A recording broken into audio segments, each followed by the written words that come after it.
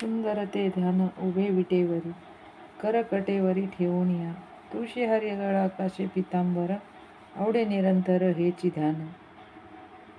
श्री ज्ञानेश्वर माऊलीची गाथा पारायण हे श्री संत ज्ञानेश्वर महाराजांनी लिहिलेली ज्ञानेश्वरी पारायण आज समाप्ती झाली आणि समाप्तीनिमित्त सर्वच जणी खूप सुंदर अशा आवरून आलेल्या होत्या.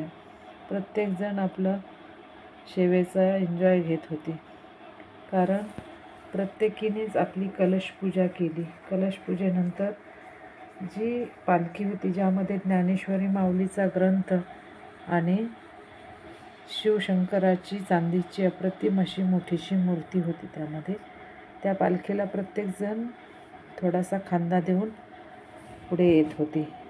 तो खांदा देणं ही आपल्यासाठी भाग्याची गोष्ट आहे. आपण काय माऊलीचं ओझं उचलणार. माऊलींनी आपला एवढा मोठा कारभार सांभाळला.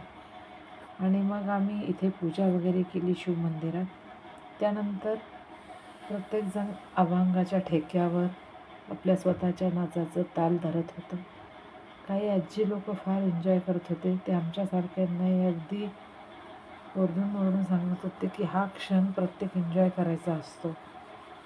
म्हणतात असं की हरिपाठावरही खूप ताल धरत होत्या ह्या आजी.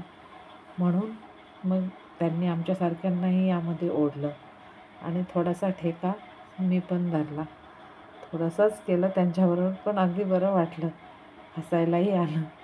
आणि आज ज्ञानेश्वरी पारायणाच्या समाप्तीनिमित्त माझ्याही आयुष्यात एक क्षण असा आला की एक म्हणतो ना आपण, खूप दिवसांनी काहीतरी एक आनंदाची बातमी कानावर आली. मी नेक्स्ट व्हिडिओमध्ये ती काय बातमी होती हे तुमच्याशी नक्की शेअर करेन.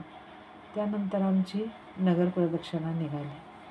मग आम्ही पिंपळे सौदागरच्या मंदिरापासून पूर्ण एरियाला ही प्रदक्षिणा करून पुन्हा विठोबा रुक्माईचे दर्शन घेऊन शिवमंदिराकडे आलो. जय हरी.